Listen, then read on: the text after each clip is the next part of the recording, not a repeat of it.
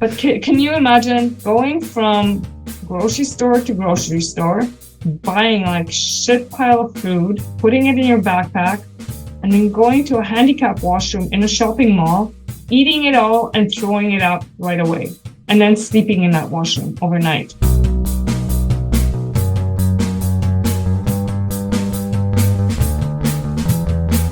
Hello and welcome to another episode of Bunny Hugs and Mental Health.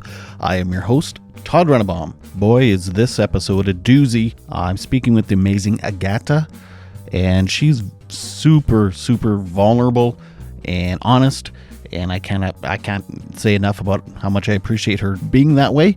And she applied to be MAiD for a mental illness. MAiD standing for Medical Assistance Dying, euthanasia they used to call it. In Canada, they had for a trial run like 2 years, I think, of testing and thinking about it, having MAiD for mental illnesses. And the bill passed in January. Agata applied. And then about a month later, before she found out the results, Canada kind of put a pause on it again. I guess there was a lot of people concerned, me being one of them. So anyway, I'm gonna talk to her about why she applied and talk about her struggles.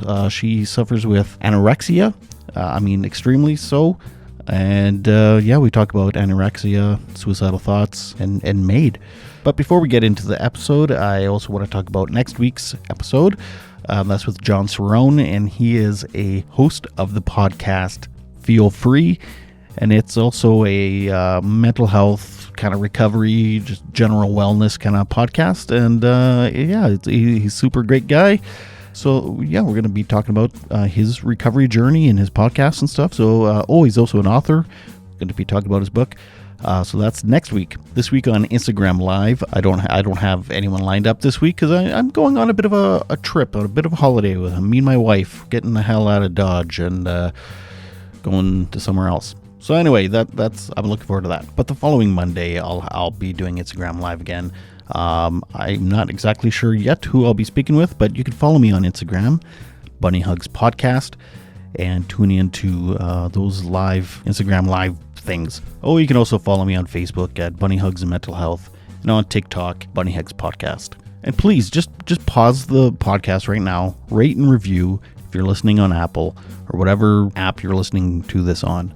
If you want to do me a favor, this is a free podcast. I get amazing guests on, sharing and being vulnerable and open. The best way you could support me right now is just rate and review this podcast. It would be much appreciated. Anyway, back to this episode with Agata. There are parts of this interview that you might feel uncomfortable with. So just be a little leery of that. We're all adults here. We all, it's a mental health podcast. We all know what we're talking about here. So anyway, without further ado, I give you Agata. This may sound kind of, but this is just me being brutally honest. If you ever go to one of those all-you-can-eat places and you see somebody sitting there, like, I don't know, I assume they would be alone, going back and forth to the washroom and just piling on food like there's no tomorrow. They're binging? Yeah. And that used to be me actually as well. I used to do that. I now am so afraid of going to even just a restaurant. I will not step foot into one just because of that. In any restaurant? In any restaurant, it just brings horrific, like it just brings back so many bad memories. And I will go with my parents if they take me like to Earl's or something. But I can't go on my own, and I probably wouldn't be able to go with in a social gathering. With one person, I could probably go, but not in a social setting. And you can go with your parents because you wouldn't go to the bathroom? I would feel more relaxed. Like I would feel kind of, because they know the stress that I am under. They understand. So if I sit there and don't eat, or if I just eat a little bit, they won't question it. So something that I've always struggled with is, and that's why I don't have friends. Like I honestly I feel like a social outcast because any sort of social gathering or social event, I have to tell whomever or the people that I will be with, like I should just print something out and give them to them and sign this off. You understand, and you won't bother me because it's ridiculous. Like it's very. I'm not ashamed. Mm-hmm. It's just it gets tiresome after a while because a lot of people they think they understand, but they really don't. Do eating disorders run in your family at all, or anxiety? They do. Yeah, they do. So something that I went through when I was 16 and I didn't know this up until then was they did the Children's Hospital at the in Alberta, the Alberta Children's Hospital in Calgary. They did what was called genetic counseling. So they did like a gene, I don't know, analysis of mine or whatever. And it came out that there is a lineage. There was a predisposition to kind of mental health disorders. And then I remembered my grandma on my dad's side being very weird, or to me, it wasn't weird. But now looking back at it, it was weird around food. She was extremely slim. And on my mom's side, I know her brother's schizophrenia, and my mom suffers from clinical, like having just bipolar or depression for a long time. So okay, so yeah, so I've kind of avoid. For me, it's really the eating disorder and my depression, but I believe that my depression is really linked to my eating disorder. Mm-hmm. The other thing too is my eating disorder has never been because of poor body image or because I wanted to fit some sort of a ideal form. Mm-hmm. Never like that. I've never seen myself as fat or as, it's just my eating disorder just defines who I am as a person. And that's why I kept it. You've decided to keep it. I've decided to keep it as a friend. Yeah. A friend that's always there, no matter what. And what do your parents think of you wanting to be MAiD? So my dad found out, and he was like, he's a very realistic person, a very analytical guy, like very math whiz. So he's like, he completely understood. I think he was a little sad, but to him, the rationale behind it makes sense, and he knows the suffering that I've been through all my life, and he understood, and I believe that he told my mom. I would never tell her. My mom, she hasn't talked to me about it. I think she's kind of in disbelief. Maybe I don't know. I mean, she's the sort of person that, and again, brutally honest, when I told that my brother sexually molested me when I was like 6 or like really young, she thought that I was taking drugs. So she doesn't kind of process things well. She processes things after the fact, and she kind of makes her own stories. She makes beliefs. So I find I have to be very careful what I tell her or what I don't tell her, because if I kind of predisposition a subject, she dwells on it and she just runs it in her head and adds content to it to make it fit to her ideal thoughts. So she's kind of in denial, and she also then suffers more herself. Yeah. Because of her empathy for you. Yeah. I know she blames herself a lot. She really blames herself. And for certain things, and I don't want to be can I swear? Bitch about it? Yep. But I think for certain things, she should blame herself. Obviously, I don't blame her for my eating disorder, but there are certain things in my life that have just compounded my pain because of her. And And so the only other person that knows is my brother, and I just kind of briefly told him. We had a lukewarm relationship. He lives in Germany, and I told him, and he pretty much told me to take a pill. Like, okay. Does he deny sexually assaulting you? I haven't told him. I don't know if he remembers. I think my dad may have told him, may have asked him about it.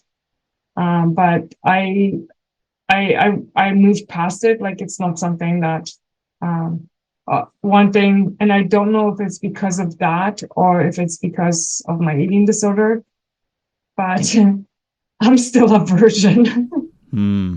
Let's see. Okay.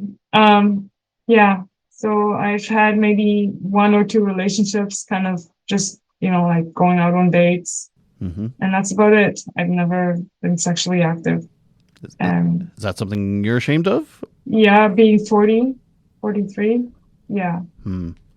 Well, I know people older than you that are virgins. Really? Can you hook me up? Maybe. Because that's the one thing. So that's something that I really struggle is with. I really would like to have some sort of intimacy in my life, have a partner, but I'm so afraid.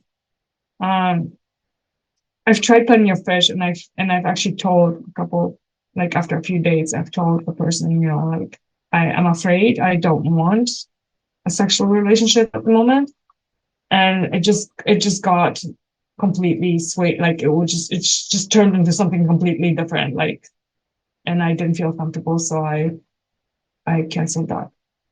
So maybe I should start up a website, Plenty of Fish for Virgins. I don't know. It is very difficult nowadays, like, to find somebody. And it's not about the sex necessarily. It's about the intimacy with another person. Yeah, like I know I would know how to be intimate, but I'm afraid of, because as a woman ages, something I learned, as a woman ages, muscles change, and it can actually be a very painful experience, like very extremely painful, if he or she has not, or I guess if she, because a male would be a little bit different, but if she has not been sexually active before, because it's a muscle, right? It's Well, I just did completely off the main topic, but that's okay. No. I mean, it's all combined, because it's right. I'm seeking acceptance, and I think that's something that would help me, with my eating disorder, and the fact that I want to pursue, like, MAiD. I want MAiD to have just to have there as an option. Many people on the other spectrum of who are on the other tier of MAiD who are eligible choose MAiD, and they usually have some sort of a date or a plan in mind. I have a plan, but I don't have a date, and that date could also never come. Right. Well, I was going to say, actually, I did an episode about sex and mental health. The lady that I talked to about it, she's like a feminine pleasure coach. And okay. You never know. She might be able to help you out in some way, or she's got all types of, I don't know. Yeah. Let me know how I can tune into that. I would love to listen to that later. Sure. Yeah. And I could, maybe I'll give her your email. Yeah. Would you? Yeah. Okay. Did you kind of get your hopes up when MAiD, like the bill passed that MAiD for mental health? I was really, it was the one time in a long time that I felt alive. I felt I felt this huge just stone lifting off my shoulders, because to me it's a little bit kind of like a way of harm reduction, right? So me living alone, and have I thought about suicide? Yes, I have. Have I Googled how to? Yes, I have. And by the way, anytime you Google something like this, it usually comes up to some website saying, so you're contemplating suicide. Why are you contemplating? Like trying to divert you. But anyways, so I may, today I might sound a little bit different. Today is a good day. I want to say it's like the snow. But there's days where I can wake up and just sit and stare at the wall and let time go by. Like that's true. It's not. It's literal. Like I'll sit in my bed and I'll just stare at the wall and I'll cry for no reason, completely feeling numb and like I can't move. I feel frozen. I can't move. I want to do stuff, but I can't. Like I just don't want to. I don't feel like it, and I don't know what to do first. And I'll sit there contemplating, and an hour goes by, 2 hours, and then the eating disorder kicks in because I get hungry and I shove everything inside and I purge everything to get all my emotions down the drain. That's what it's like. So to me, that's pain. That's no way of living life. No way. And I don't wish that on anybody. Like it's worse if I would take physical pain no matter how great, any day instead of this. And I have to sidetrack again. Physical pain. I pulled out my own teeth. These teeth, they're fake. They're like an big implant. They're not a denture, but I had this surgery it was over $50,000. Damn. Plus another 25, plus another 27. So yeah, I could have bought a house with what I paid for this, and it's not covered by healthcare or insurance because it's considered cosmetic. It's like getting a boob job. So that's something financial kind of burden. I overcame that. I managed. But I was in so much pain. I was losing my teeth that I actually took a nail filer and I dug my own back teeth out because I was in so much pain. So I would take that pain as opposed to this pain any day, because at least physical pain, I know that I can do something to alleviate it. This, I have no control over. I can wake up one day and feel like shit. The other day I can wake up and feel completely okay. Was the teeth, was that from purging so much that the stomach acid ruins your teeth? Yeah. I'll actually, after this, I can email you some pictures. Oh. But I don't eat before them. You know what? Don't send them. Yeah. That's okay. No, that's all right. Yeah, there was nothing left on my teeth. Like there were like little tiny teeth and they were just falling out. They were my gums were so infected. If you've ever had like a throbbing toothache, I walked around with this for about a year before I acted because I was so afraid to go to the dentist. And I didn't realize that it was actually very dangerous for my heart because of the vein underneath your tongue, I guess, is the largest exposed vein. So anytime you have an infection in your mouth, it can actually penetrate your bloodstream through that vein underneath your tongue. So yeah. So anyways, so that pain. So going back to MAiD, and it being a harm reduction. So there's people, there's these harm reduction clinics that they have for people. To me, that's MAiD for me. That's MAiD is that harm reduction place for me because it gives me, it's a solution to a problem that I know cannot be solved.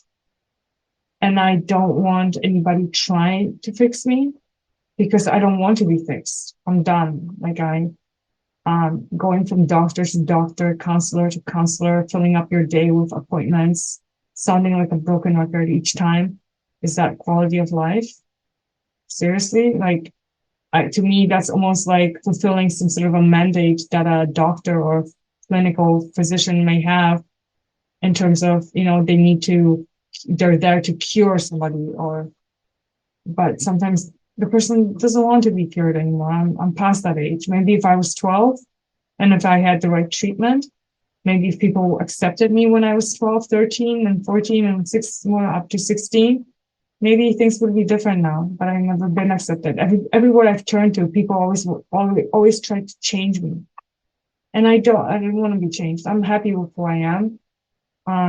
The eating disorder has made me who I am, and it has some qualities to it that are actually positive because I'm very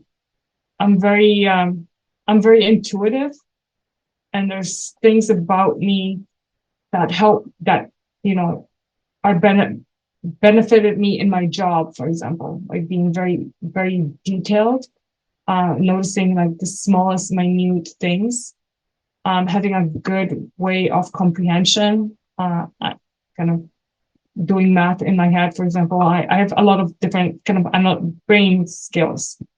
You say you're happy being the way you are. Yeah. But at the same time, you're also so depressed that you want to be MAiD. Yeah. It's kind of a... I'm happy with my decision, and I'm happy with what I've been able to accomplish despite the eating disorder, because I've never been on like social assistance or anything like that. I've always managed to maintain full-time employment. I have a house. I bought and sold several properties, and that's how I paid for my dental work, because I managed to make a little bit of money each time I sold. And I've always been independent. I've never had anybody helping me with anything. But I want MAiD because I'm exhausted. I'm exhausted of always trying to prove myself to others and not having that purpose in life.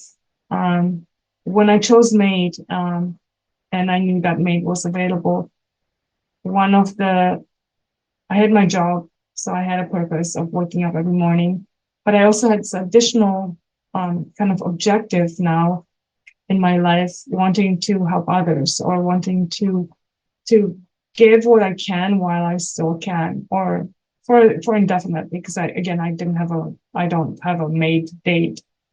I don't want like a year, maybe 5, 10, 15, 20 years from now. I don't know. Maybe I'll just die naturally. I don't know. Mm-hmm. But so that gave me kind of an out. And again, going back to it being harm reduction, is so I live alone, right? I don't have anybody. So I'm not really hurting anybody by suicide if I were to commit suicide. But then I look at it from the fact that somebody's eventually going to find me, or even if it is, just a paramedic that comes in and sees me. Do I want that on my conscience? Do I want it? That's one of the things that is preventing me from taking my life. If that thought comes to mind, is I don't want to leave that chaos and that sight for somebody to see. Right. MAiD is kind of it's leaving on your own terms, and it brings that closure to your life. Have you applied? I have applied. Were you approved? And it's still in process, and it's now on hold because of the The one thing, the ironic part of that was that when the news came out that tier 2 was going to be put on hold, I called the nurse practitioner here in Regina, and she told me, I wish she had it. I wish I had this via email, because I would have forwarded that to somebody. But she said that during the time that I saw a psychiatrist here in Regina, and it was only a couple times, because I've never mentioned the word suicide, chances are that my application process would be a lot longer than as opposed to somebody who has had those suicidal thoughts. Well, if you're in a doctor's office, if you say anything about suicide, chances are they're not going to let you leave that office, right? And again, you don't want that help. So if they wouldn't let you leave the office, they'd probably take you to the hospital, and you'd be... Yeah. And you just... That is exhausting. I've been in the psych ward after a suicide attempt, and it's really just a holding place for you to be safe. There's no real treatment or anything there, right? It's just... just you and your thoughts and more. Yeah. Yeah. Have you had stays at the hospital? No, never. No. I've only been hospitalized once as a result of my eating disorder. And that was after I had an assessment, and they're like, "Oh my God, you're going to die tomorrow because of your weight. You got to go to hospital." And I went to the Foothills Hospital in Calgary, and I remember they had no beds. So I ended up being in like the emergency, kind of like a holding place, like where they have the beds and where you're waiting for a doctor. Yeah. So I was there for, I remember, one night, and then they brought me up to like people who are on their last lifeline, like old, Oh, elderly. I don't know what that word was. It was like really old people, like really, really old. Yeah, I can't think of the word either right now. Hospice, like almost like hospice type of thing. And they left me there for one night, and I'm done. Like that was more traumatizing than anything, and I left. I was over 18 at that point, and I left. So you have Yeah, tried. that's the only time. You have tried treatments and medications and stuff, and you're done with them. Not really. Not really. I've attempted. So I've attempted psychologists, but they all. It seemed to me like they all have some sort of a guide that they go by. You know, if patient does this, do that. If patient does that, do this. Yeah. But it never really seemed to apply. Like I would go, I remember this one psychiatrist lady, she's like, oh, you got to practice self-care and, you know, do something nice for yourself and, you know, take a walk. Like, fuck's sakes, like, go for a walk. Yeah, like just stupid things. And I'm like, lady, if you knew what I've done with this eating disorder, you would seriously, you would not believe. You would not believe. Like, yeah, can you imagine going? Not proud moments, and that's probably well, going back to like dating and stuff. I'd probably not disclose this to anybody because they would probably think I'm weirdo. I am weird. Me too. But can you imagine going from grocery store to grocery store, buying like shit pile of food, putting it in your backpack, and then going to a handicap washroom in a shopping mall, eating it all and throwing it out right away, and then sleeping in that washroom overnight? Can you imagine? Can you even fathom that? Like, can you? Nope. Yeah. Well, maybe if you went for a walk, that would help. Around the mall. No? Yeah, no, that was, those were a couple, yeah. Or, get a makeover. No? Yeah, get a makeover. Or for example, driving from fast food restaurant to fast food restaurant, and you're eating the shit as you're driving to like the other fast food restaurant, and having a bag, like a plastic bag in your car and throwing up in that plastic bag, and then driving with that plastic bag and throwing it up. Not on like a highway where cars behind you, but like, so if you ever drove on like a side street and you saw like a shit pile of something that just didn't look right, that could have been me. That could have been the shit that I threw out the window. Like, seriously, like, I can't tell if you're laughing or crying.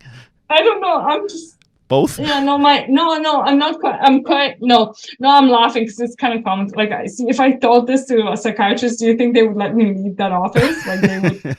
I have no idea. Like, and one thing too is, I'm so trained, with my eating. So I'm anorexic. I'm classified as anorexic because I don't eat, but when I eat, I throw up. So I'm so trained that when I do eat, I can hold the food in my stomach. I don't know. I never tested it, but I can hold it for a while and just throw it up. And I only use my stomach muscles. All right. So is this still like an everyday thing for you, binging, or do you ever have a normal day where you just kind of eat and move on? No. Every day. Every day. Every day. The only time that I didn't, and it's not always binge and purge, but it's always purge. Oh, okay. It's either binge and purge or eat and purge or don't eat. I see.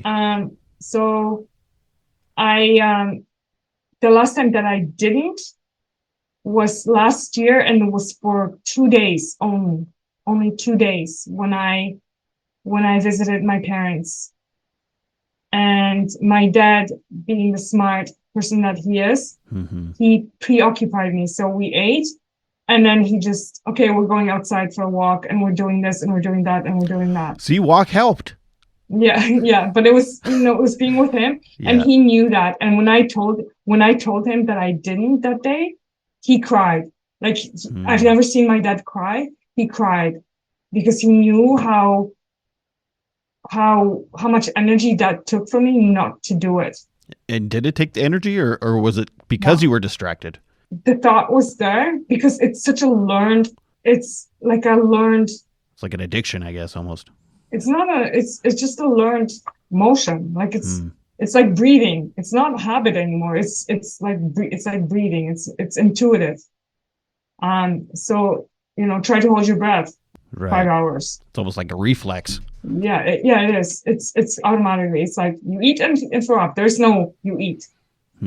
It's you eat and throw up. To me, it's one term. Do you think if you had a mate and you had intimacy and stuff, that would improve everything? Or that's maybe oversimplifying it. Maybe no. I think it would make. I think it would be better quality of life, I guess. It would be a better. It would potentially drive me to. I can tell you that after those 2 days that I was with my dad, that's because I spent a lot of time with him. I kind of rationalized the thought that it is possible to change with the right individuals around me, because my dad knows my eating disorder. He knows about it. And if I choose to go to the washroom after I eat, he's okay with it. Like, he knows why. So I don't need anybody to hold my hair. I have no hair to hold while I, purge. But I need somebody to understand that this is part of me and that it's. So he loves you. They can't do unconditionally. Right. Yeah. They can't do anything to stop it, but they can be there for support. Right. When they're there for support, I won't feel as ashamed.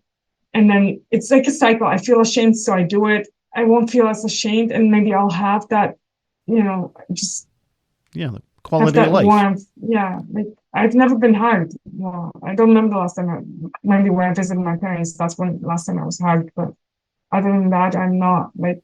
Yeah, it's. Where do your parents live? They're in Kelowna. Oh, okay. Yeah. Have you considered moving there? I have, but it's ridiculously expensive to find a place. Right. And I could live with my parents, but just my mom and I, it would just kill us both. So, right. It would not be a happy place. So. I did an episode on MAiD, and I talked to a Dr. Sanu Gand, and he's one of the doctors he's not pro MAiD for mental health. To be honest with you, I'm not either, but I haven't really talked to someone that wants to be MAiD yet either. So I'm kind of, I could be swayed over, or persuade over. I guess my biggest thing is I know people that would probably be dead right now that did end up recovering from their mental health issues, mental illnesses. And so that's my biggest concern with MAiD for mental illness is what am I trying to say? I think you know what I'm trying to say. If you make it a law, then there could be potential for people to take their lives. It's kind of, I know what you mean. It's you're taking out, you're taking away from society something that could potentially be a benefit, like another human being, and that human being could potentially do something great for the society. Yeah. Somebody who's really struggling, who's really in pain, and those are my days when I'm really struggling and in pain. At least I still have the conscious capacity to, not to take my own life, because I wouldn't want to. I'm afraid of what that would be like anyways. But why not give these individuals an option to do it in a safe manner? Another thing too is I would really like to donate my organs, my brain, my everything to research. So what am I supposed to do? Like, so that takes away from that option, right? Right. And again, then, taking one's life. And I don't have very many people around me, but I wouldn't want to leave that with them. Like, I wouldn't want to leave on those terms and have them question whether or not they should have done something. Mm-hmm. I don't think I would be able to rest in peace. Right. And that's something that MAiD would allow me to do, is rest in peace and have closure, have that. Yeah, it is very complex because I also agree with what you're saying there. So it's so I, another one more factor that comes into play in my situation is that, so I know there's physical impacts. My health is compromised because of my eating disorder and the years of my eating disorder. mm-hmm. I know that my kidneys are slowly failing. I have heart palpitations. I have memory loss. I sometimes lose the ability to speak what I want to say. So it's almost like Like brain fog almost, or not brain fog, but it's I did a little bit of reading, and I know a lot of the stuff that you read online is kind of, but prolonged depression can actually lead to dementia. And so I'm afraid that's something that's in my future. And I try to keep my brain active, but this is what it is. That's one of the reasons why I was fired from my job, actually.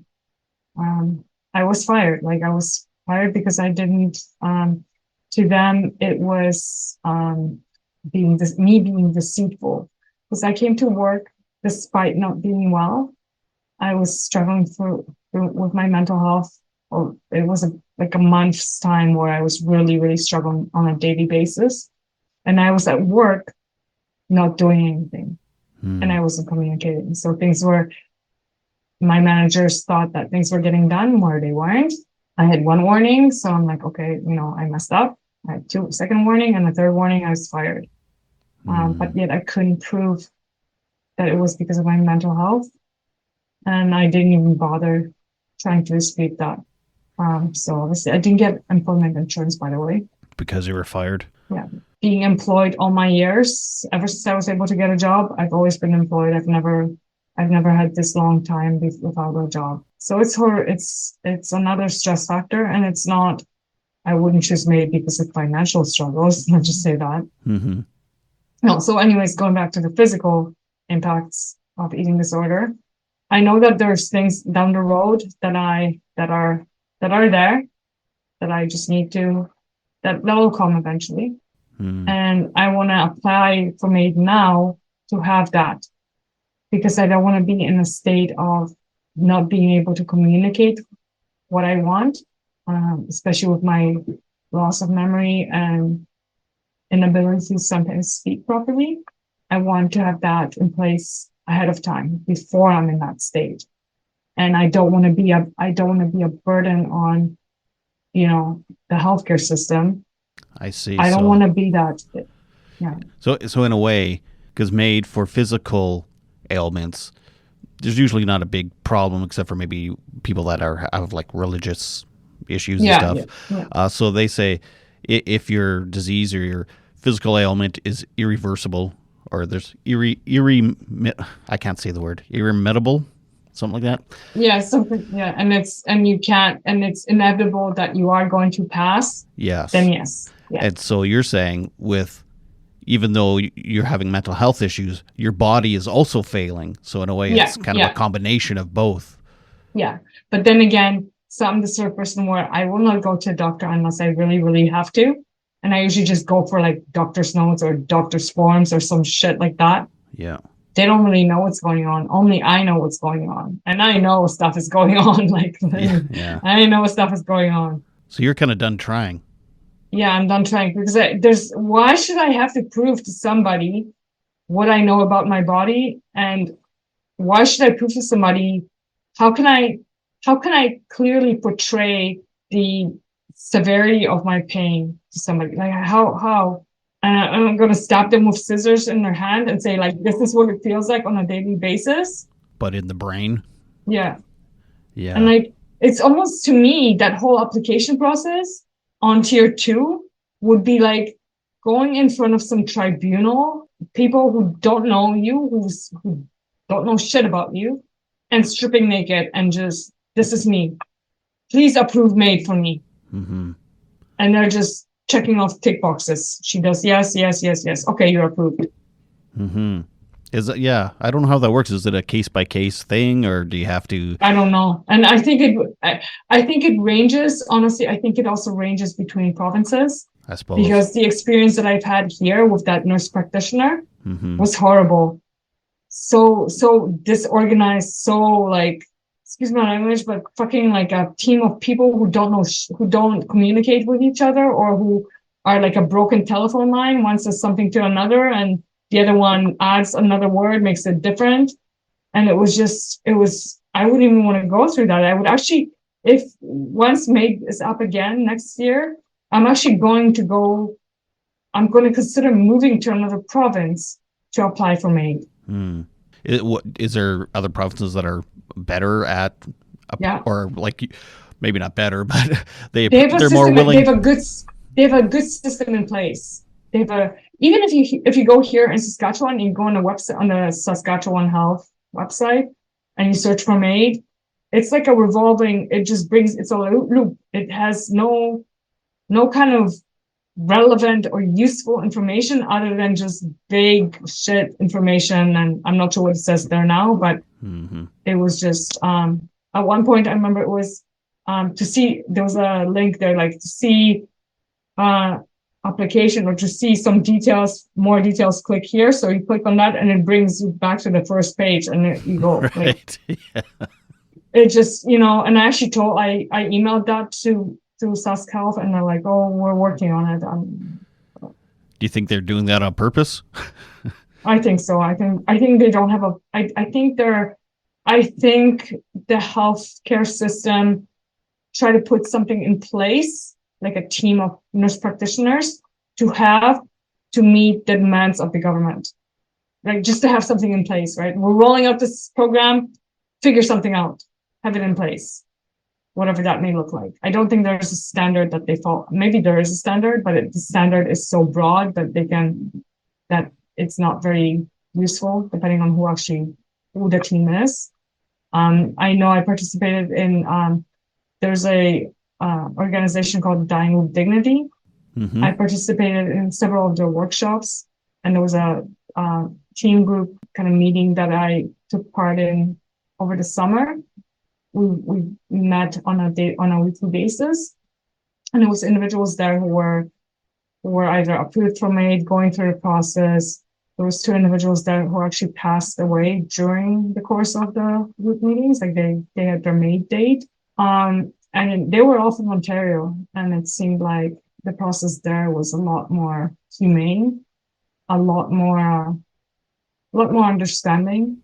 Was this for physical or mental? There was a couple there that were approved for mental, and a couple of there that were for physical. The ones that passed on were physical. There was more than 4 people, like those 9 or 10 individuals altogether. And I'm not sure if you've heard of a lady out of Vancouver. She was in the news where she made her last day. Her name was Jennifer. If you Google woman in Vancouver choosing MAiD or woman in BC choosing MAiD, I'm sure she'll come up. She was a friend of mine, and she struggled with mental health. Her MAiD was approved based on her physical ailment or her physical degrade, like she was degrading quite quickly. She had muscular disease. So I heard a different doctor that was pro MAiD for mental health. She mentioned that a lot of people that apply for MAiD, and of course I'm not sure, I think she was in Ontario, they end up finding other supports for these people. And I'm like, well, why is it that you have to get to the point that you were asking to be killed to finally get these supports? Yeah. It's like, maybe instead of MAiD, maybe we just put a lot more supports out there for people and have better services. Yeah. Like it's so frustrating to me. Yeah, it's definitely true. And it's something that's true also. So something that I'm not proud of is I have a criminal record. I have a criminal record for stealing food. And I didn't do it once, I didn't do it twice, because obviously you don't get a criminal record for doing something like this a couple of times. I did it numerous times. It was in Alberta. But only then, when I was charged with these offenses, did I get any sort of support that was somewhat helpful. Other than that, I was on waiting lists, and I'm still on some waiting list here in Saskatchewan. So how the hell, somebody has to turn to crime for stealing cucumbers or soup? Yeah. Yeah, I was in the same kind of boat. My doctor told me, he gave me a number to get on the waiting list to see a psychiatrist when I first started medication. This is like 15 years ago. And I called and I was told it was going to be a year's waiting list, up to 2 years. So I just said, well, don't put me on the waiting list then. Like, what's the fucking point? Like, I'm feeling like this now. I don't know how I'm going to feel in 2 years. And then once I did have a suicide attempt, it was like, boom, I start seeing a psychiatrist regularly, instantly. It's like, so I have to actually attempt taking my life to actually get the supports. Yeah. Well, I remember the one psychiatrist that I was referred, or that I had to go to as a condition to my criminal. I didn't go to jail, but I had to pay like fines, and then I had to do all these other community service and all that. But I had to go to a forensic psychiatrist. She was the one lady that said to me, that accepted me, that told me that I'm a good person, that I'm okay, that it's a struggle. She really tuned into me. Like, she knew her shit, and you could tell. And then I've been to like the ones that my doctors referred me to, and I would just, go for a walk, do yoga, and take this medication. Yeah. It gets to the point where you either try to take your life or you apply to have your life taken before you actually start getting the supports you need. And maybe not even then. Yeah. Like you said, they're finding that people that apply for MAiD and are approved, that's just having that option. They start. It's in their head. They know they have this. It's almost like a cushion. Like, right. You're falling out the window and there's a mattress at the bottom to hold you. It's almost like that. You're still going to struggle, but at least you have that mental thought that you don't have to struggle for indefinitely. And I've talked to people that are very avid against this and against MAiD for mental illness. And there's like, well, why don't they just go ahead and take their own lives then? Why do they have to involve everybody else and all this stuff? And talking to you, it's not so much that, like, you perhaps want to die, but you don't want to take your own life. No, I would be ashamed. I don't want to die like that. I don't. Yeah. Which I get it. That's why a lot of people die by suicide by cop. They don't want to kill themselves, but they go into a building with a gun or even drug overdose because it feels like they're not actually doing it, or I get that. I kind of get it now. It's just still so complex. I want to leave this world knowing that the people who are still in my life understand why I'm leaving, that they're not blaming themselves, that they're not questioning, saying, oh, I should have done this or should have whatever, what if, and that I can still do good while I leave, and before I leave. I guess my only thing too is, so with the physical stuff, it's like, it's irreversible, whereas mental illness, you never know what. Mental illness is always irreversible. There's no proof that, and that was the one Dr. Sanu Gan's point too. And they, like, you never know, you might find a purpose in the next year or something, and then it's like, oh, okay, well, now my quality of life has improved, or you start dating, or something could happen that you don't want to get made, and then that's my one argument too, I guess, against it is. But like you said too, like, just because you get a date too doesn't mean you have to do it. Yeah. It's just there. It's almost like, I don't want to, it sounds really stupid, but there's a pharmacy around the corner, and that when you have a flu, you can go and you can buy Neocitrin or something. It's there. Kind of like that. Right. You don't have to go. Right. It's comforting to know there's that option. Exactly. Yeah. Yeah. And sometimes that comfort can make a difference. Mm-hmm. Yeah, I know, it's so weird. It's so complex. If you have the flu and you say, well, I should go to the pharmacy and get something, or maybe I'll just take a, warm bath with like eucalyptus, maybe that'll help as well. I don't know. Yeah.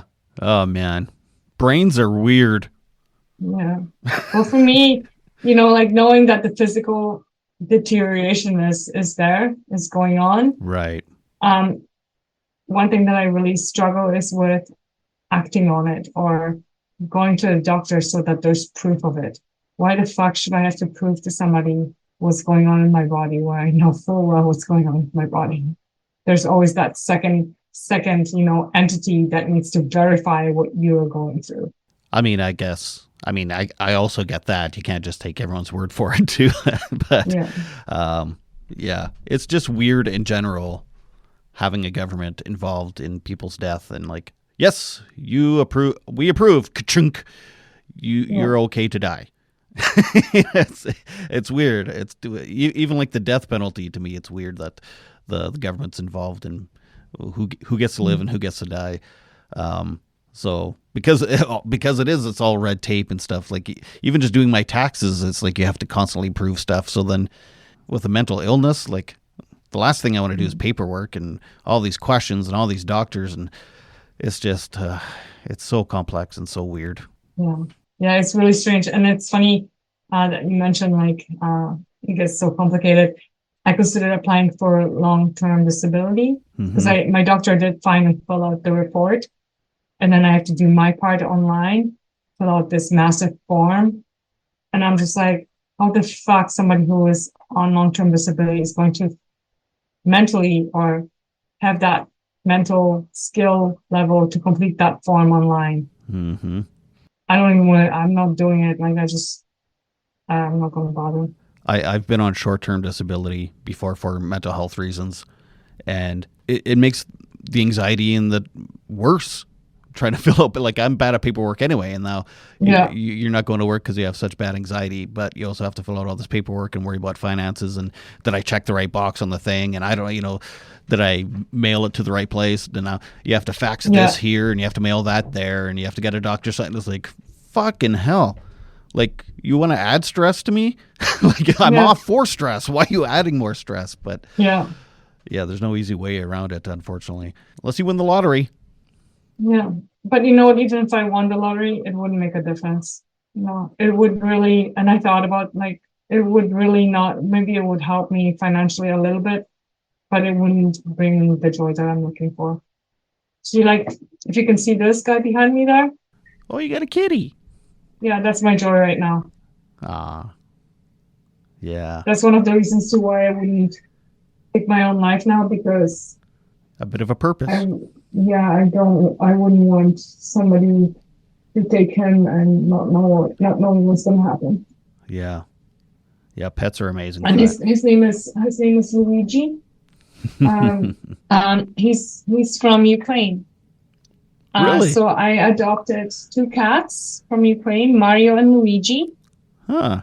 And I kept my word. So I did that. I started the application before I lost my job, and it cost me an arm and a leg to bring them in because they had to travel from Ukraine to Poland, Poland to Germany, Germany to Toronto, Toronto to here. Yay. I kept my word. Even though I lost my job, I still paid for that. I made a commitment, kept it.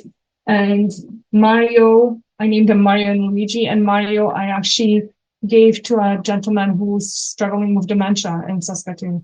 Oh, that's nice. Yeah. I help others. I wish that somebody could help me one day. Well, my heart goes out to you. So now a throwback question. So you mentioned this way at the beginning, but I meant to ask then, but then I forgot.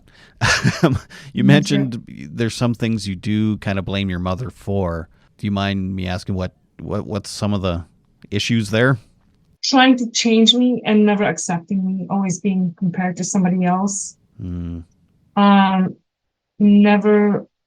understanding my pain or what I was going through. She So, and maybe that's good for you to know as well, because you're a parent. But your kids are older, right? They're 16 and 18.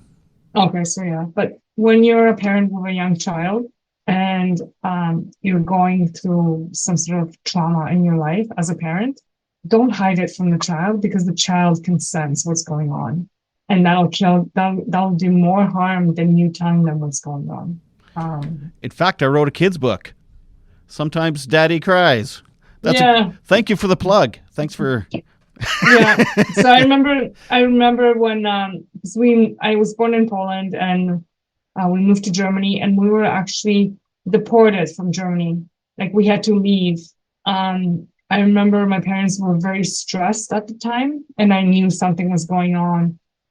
And, you hear stories about people being driven out to the border. That was supposed to be us. Like, they were going to drive us to the border and leave us there, because they changed the immigration requirements in Germany at the time. So I knew we had no money, like we had nothing. And I sensed it, but my mom never sat me down and, gave me that reassurance that things were going to be okay. She just kind of focused on her own stuff. And her stuff was, making sure that she's got that she kept all her jewelry and like shit, like stupid stuff, right? Oh, I see. So that's something that resulted in a lot of, I was diagnosed with PTSD. And I think that could be as a result of all that I went through as a child, moving between Poland and Germany, and then Germany to Canada. When we ended up in Canada, it was a last minute decision. Like, it was literally, I was in school, and I came home from school, and my parents said, we're leaving now. And we ended up with just a couple of suitcases and like nothing. And my dad is the sort of individual where he won't accept help from anybody.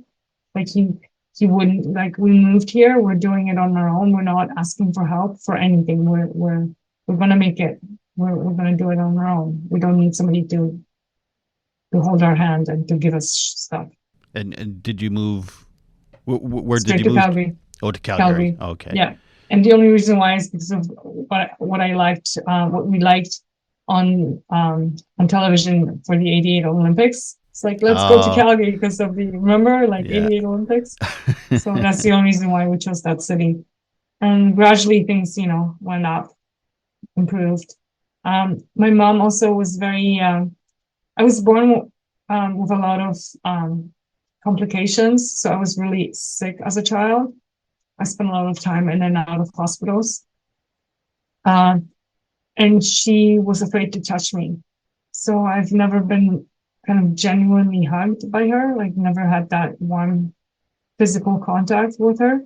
And from what I understand is that something that's that can really impact child's life down in the long run. Like early childhood psychology kind of stuff. Yeah. Like abandonment issues and things. And yeah. So that's why I pursued being, independent, and that's how I do. I know that the only person that I can rely on is myself. That's the only person. So no matter what somebody tells me that they're going to help me, because I've tried to believe that somebody's going to help me. Like, people always make promises, or fast to make promises, but they don't keep their words. And I've been now conditioned to approach everything like that. You can only trust Luigi. Exactly. This dude. Yeah. So I'm just going to wrap it up a little bit here. Is there anything that you wanted to say that I haven't asked or we haven't talked about yet? I'm hoping that, somebody who listens to this show, to this podcast, and who is in a position to make changes to the MAiD system or within the MAiD system, that they really think of individuals like myself who know what they want. And that's all I'm asking. I've never asked for anything in my life. And that's all I'm asking, is that they understand that they take this into consideration.